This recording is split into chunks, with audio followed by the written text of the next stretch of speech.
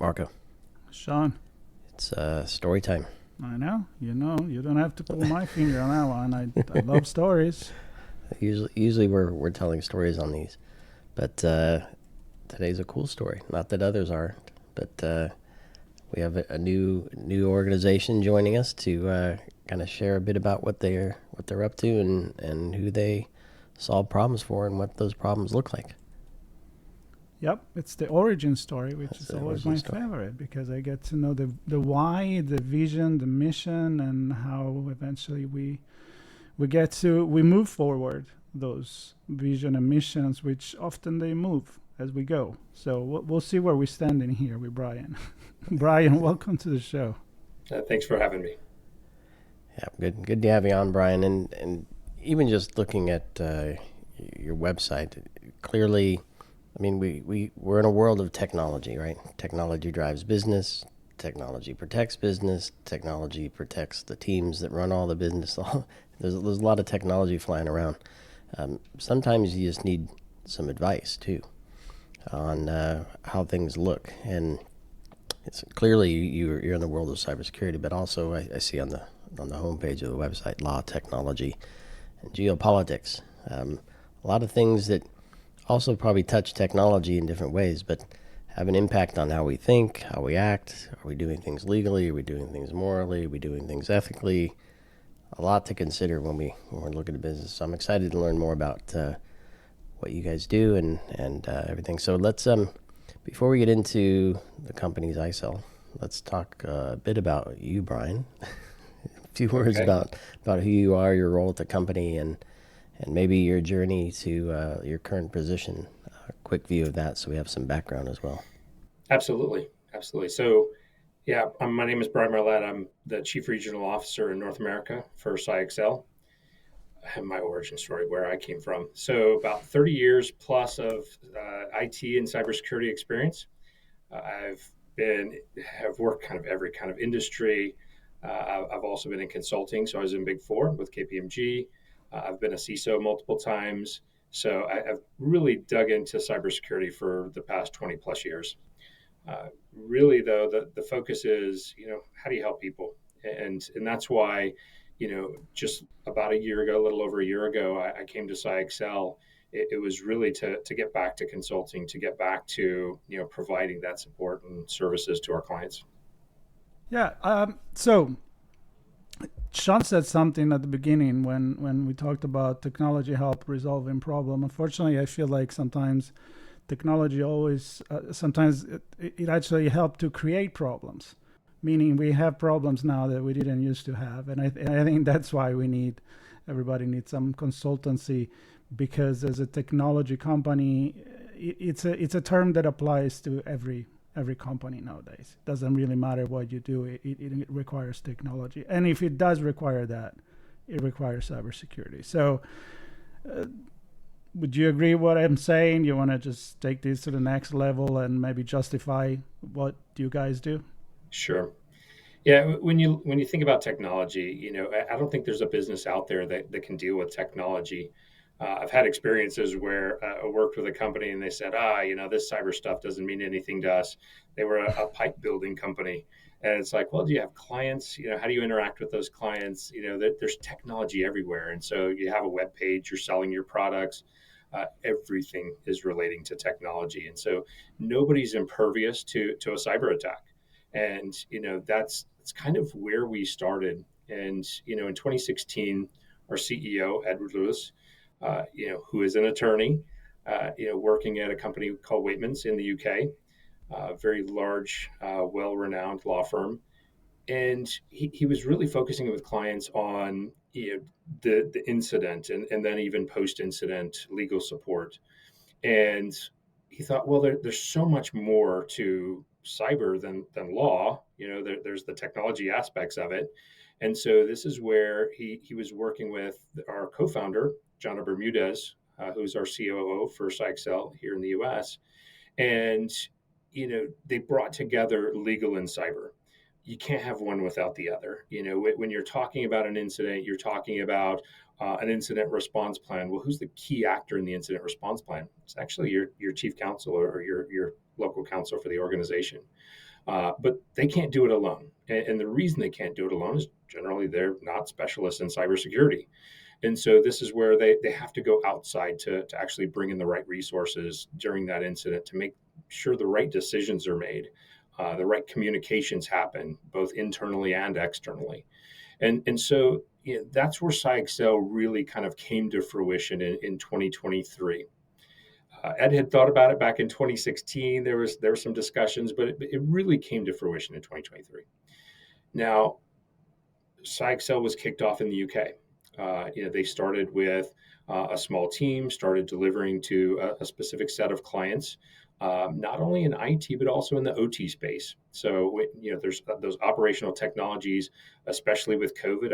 In the U.S., we really saw where the federal government kind of defined who are those critical businesses that we need just to stay alive. And so, OT is a lot of engaged in a lot of those businesses. And so whether it's, power, water, you name it, food service delivery, supply chain.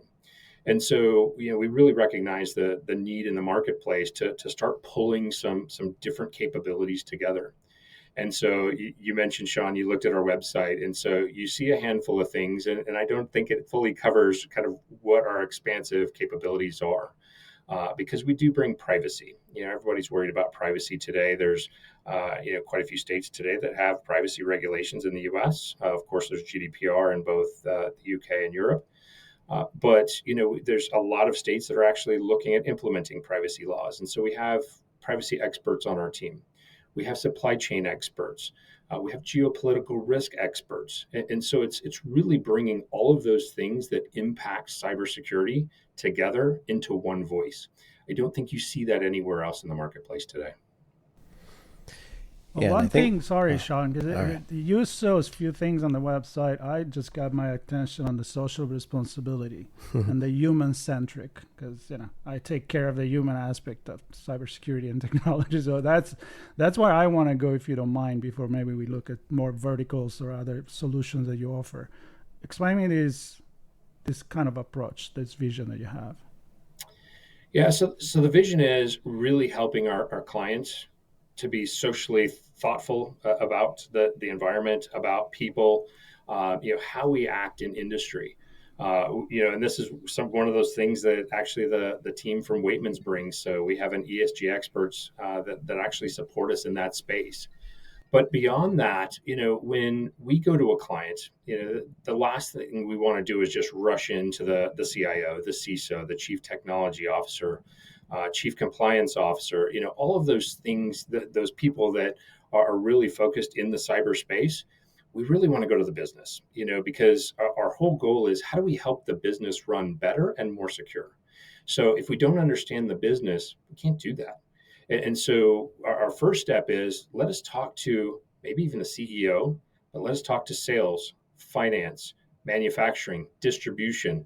Let us understand who you are and what you're trying to accomplish with your business. And that will actually take us to the next steps of, okay, now that we understand your business, where does IT and cybersecurity fit in? But also, what is your business trying to accomplish in the global space? We see a lot of customers in the U.S., small to medium-sized businesses that, maybe they may never expand past the U.S., but could they? Can we help them actually do that? But even those larger businesses that do have, multinational office spaces, or they're selling globally, it's how do we actually help them work in that market space? This is where the geopolitical risk comes in, because maybe it's not safe for me to set up an office space in Iran today. Maybe it will be tomorrow, but maybe not today. But what are all of those different geopolitical risks that could impact my business, and how I plan to act? Could it have a negative impact? And if so, do I want to know that before I spend a lot of money to start implementing or move my business into that space? So really focusing on what that business is trying to accomplish to get them further faster. And I like the guardians of progress. I think is one of the things I also saw. And I think most businesses, they don't really we'll just say it, they don't really care about cybersecurity, right? They want to run their business. Some do it without fear because they don't really know. Some do it with some fear and try to work through that on their own.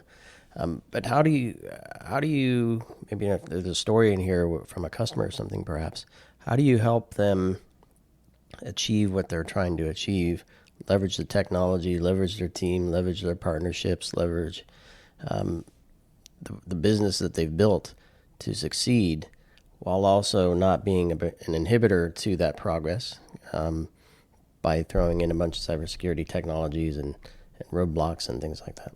Yeah, no, that's a great question. It's been a few years since I started saying this, and that's I've spread it to my team over, since I've started at CyXcel as well. Is cybersecurity cannot be the team of no. We've been the blocker for so many years. We're the team of yes, but. Uh, yes, you can do what the business wants to do, but how do we do it securely? Is it put a process in place? Is it put a technology in place? What's the right way to do it? And to your point, Sean, there are so many companies out there that say, yeah, I don't need all the security stuff. I've worked with hospitals for many years, and a lot of them say, it costs me more to actually buy a team of resources to actually put the cybersecurity technologies in place and then manage the cybersecurity technologies. I'll pay the fine. That's wonderful, but when you start looking at what is the impact to your name, your brand, and do I want to go to a hospital that's going to not care about my information, my personal information, and the likelihood of it getting out into the wild is very likely because they're not protecting it. That's not who you want to be. There are some smaller organizations that also have maybe less needs, and this is where we really want to work with our clients, and we do this all the time. I'm working with a nonprofit today where they have a very small organization. uh, they're they make a lot of money for their customers, but they don't make any money themselves, and so they don't have a huge budget, and so a lot of managed services. Right now, we're in the process of actually assessing their managed services. Is it the right managed service? Are they getting the right capabilities? Is their managed service delivering what they're paying for? Or are they not? So, this is where we dig in a little deeper to really understand and protect our clients. Is we'll review contracts, for their third party partners, and make sure that they're getting the capabilities they need, but also going beyond that and understanding that business to say, well, maybe you don't have all the controls you need. Without understanding the business and what they want to the business to be, it's really, really difficult to understand what kind of capabilities and controls they should have. No two organizations are the same. So no two set of, if I look at a framework, NIST as an example, it's a framework, it's a guideline. A lot of people take it as, well, this is gospel and this is what I need to actually implement in my environment. It's not true. So what you should do is you should take those frameworks, and this is what we do with our clients, and then really understand which controls are applicable and which ones aren't, and only apply those to the applicable needs. And I'm wondering, because you're really talking about complexity, it is a complex world. Again, going back to technology, cybersecurity, society. Um, so how do you start with a new customer, and where does it go from there? I mean, I see you have like an ecosystem of partners. Obviously, you don't do everything. You're not the Acme, the company that makes everything. So what is the where you focus, and how does say a process of starting working with you guys looks Yeah. like? So when you look at CyXcel, we do pre, during, and post incident support for our clients. In many cases, that pre-incident is helping them to put the right controls in place to protect the organization. Now, what does that mean? In some cases, it's really just saying, what are the potential risks to your organization? Ransomware is very common for most companies. So let's put some controls in that will prevent ransomware. Or if somebody does get into your environment, you have the right backups that you can recover. And so, you can get back up and running very quickly and get your business running again. For some organizations, it's a little more difficult. The larger organizations, depending on what critical data do they have, what kind of intellectual property do they have, and so it's really more complex than just saying, okay, I'm going to roll out a couple of controls and protect that data. When we get into the incident response, this is where we have a digital forensics team that we will bring in. We also have a legal team in the UK. In the US, we actually work with legal partners. And so we will bring in a legal person or team to actually support the incident, as well as our digital forensics team. That's going to give us the who, what, where, when, why, and how of the incident. And the key aspect is how to recover. And then post incident, it could be legal services. Some of those legal services could, be handling lawsuits kind of after the incident. It could be, making sure that we get the right communication out to the public, to different resources. Maybe it's to a regulator. And then it could also be technical resources. So in many cases, we don't do a lot of the technical hands-on to recover systems. Okay, so this is where we bring in our partnerships, and we have a large set of partners that can really do any type of recovery that's needed for our clients. And so, we want to balance it out. We can't be the do everything like you mentioned, Marco. And so it's really, finding our niche expertise and using those to the best of our abilities to support our clients. And I find it cool that you have the pre, during, and post, because you get to see a lot of things, right? We do. So how well did you recover? How well did you respond?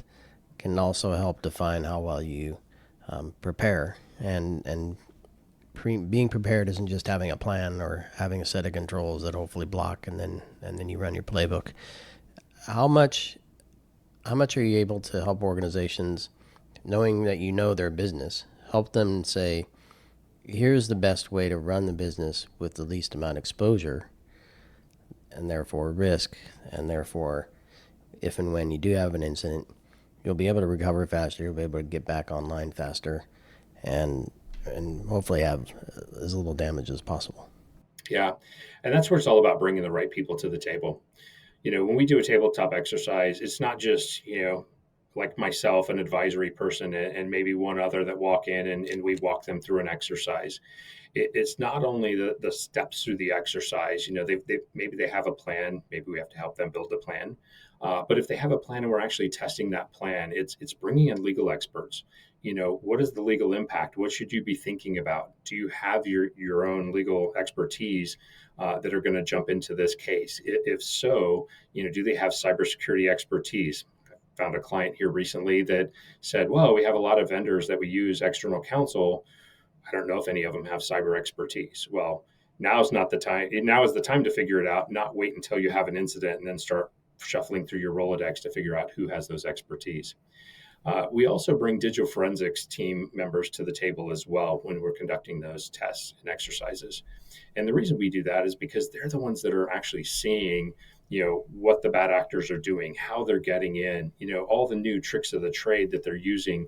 And so what they can do is they can actually work with the technologists in the companies to say, hey, we're seeing this now. Are you, capturing these logs? Are you, feeding the right information to your SIM tool? So they can bring that technical knowledge and expertise of the incident itself to that pre-incident testing to make sure that the client is prepared. So it's kind of pooling those right people together to really get the right message out of those types of tests. Yep. And as we close here, this origin story, I could go for a while here, because you have among the industry you work with, the agribusiness, energy utilities, healthcare, pharmaceutical, insurance, finance, professional service, public service, manufacturing, retail, technology, media, and telecom. I don't think I left anything out. I pretty much didn't leave anything out in the world. You've got most of the industries that are out there. Yeah, you got it covered. So I would love eventually to go on a vertical in another conversation in the future, because obviously too much to talk about, because each single one, it's a story on its own. But let's close with this. If people resonate with what you said, they created the idea of, maybe I need to talk to these guys and CyXcel. How can they get started? How they can get in touch with you and the company? There's a few ways. One, you can reach out to us through LinkedIn. You'll find CyXcel out there. You'll also, if you just email info@cyxcel.com, you'll get one of us, and we'll start helping you out right away. If you go to our website, CyXcel.com, you'll also find our incident response numbers. We have a UK and a US number. So if you're having an incident, just give us a call and we'll help you out right away. There you go. And we will, of course, Sean, we will put all the links to this in the story, in the article that we're going to add to this video if you're watching the video, or the audio if you're listening to it. And Bryan, it was a great conversation. I'm glad that we got to meet and to hear the origin story. And we hope to have many more. Yep. Excited to keep chatting. Thanks, Bryan. Sean, Marco, thanks for the time. And thanks everybody for listening and watching. Do stay tuned for more from CyXcel and the team there, and be sure to connect with them online, LinkedIn, the website, and hopefully have them help you prepare to prevent an incident and then be ready if one happens. Thanks everybody.